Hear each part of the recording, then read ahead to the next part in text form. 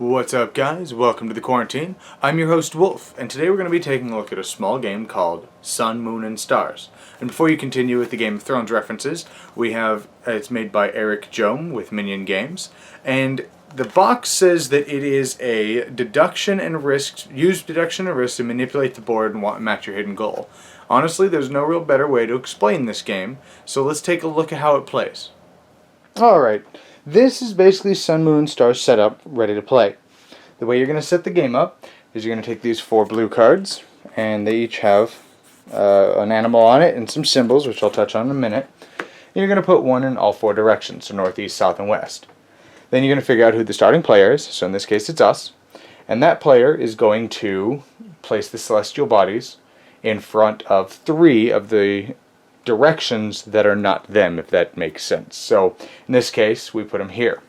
Now when they're deciding how they're going to place them, they have to look at their card here.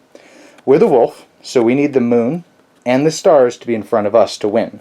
So because of that, we put the moon and the stars here closest to us. Then you're going to take this deck and you're going to shuffle it real nice like, and then you're going to give each player 1 card. Then you're going to put this back in the middle, and you're going to put it with enough room for, of course, a discard pile.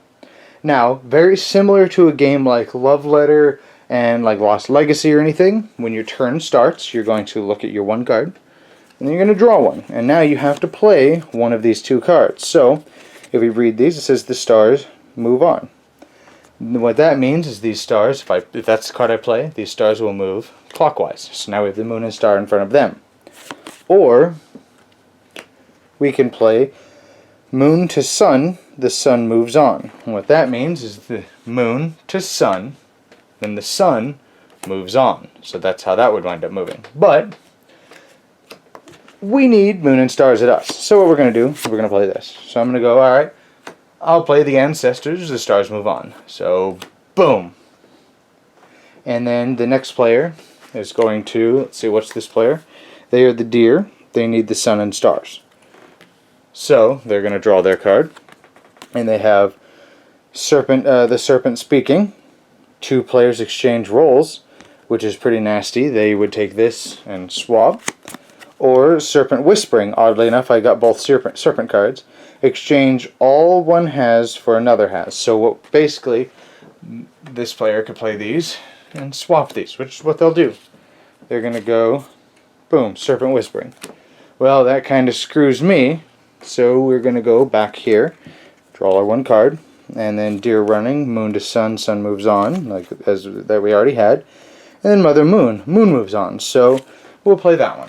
So the moon moves on, and the game is going to progress like that until somebody gets their victory. So we wind up making it to where this comes here.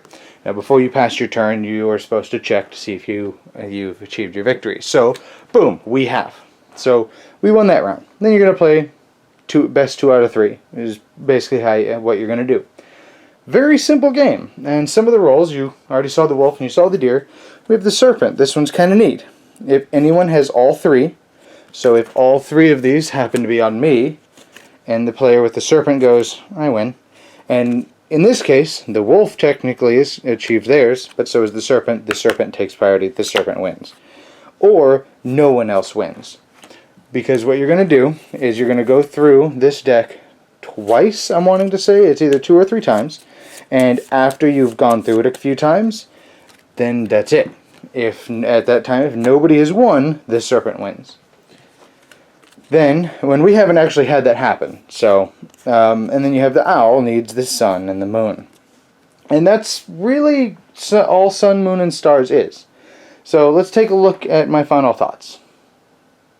Alright, Sun, Moon, and Stars. I'm going to go on record right out of the gate to say this is a great little game.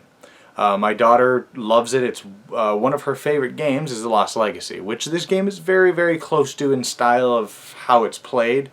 With a twist, of course. It does play very different, but it's also very similar at the same time. The game is about $10. I'll have a little link to it down here, and I might toss it up here if I remember.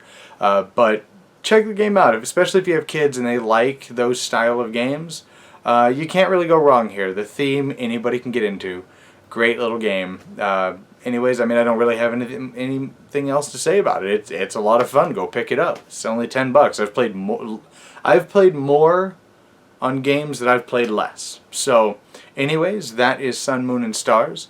If you can give me a like, comment, subscribe. If you like my channel, check me out on Patreon, and I will see you guys next time in the quarantine.